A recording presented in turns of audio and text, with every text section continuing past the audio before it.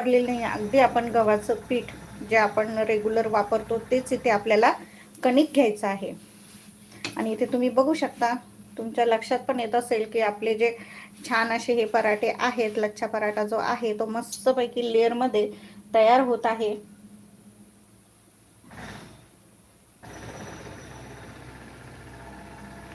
छान असं मस्तपैकी त्याला गोल गोल फिरून आपल्याला हा छान लालसर होईपर्यंत भाजून घ्यायचा आहे.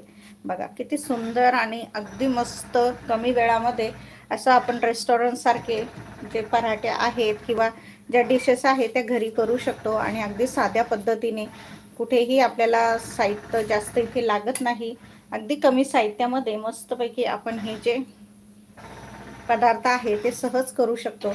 आणि इथे तुम्ही बघू शकता आपले जे पराठे आहेत किंवा लच्छा पराठा किंवा तुम्ही काहीही म्हणू शकता, तर याला बघा किती छान अशी लेअर पडत चाललेली आहे. आणि इकडे पण बघा किती मस्त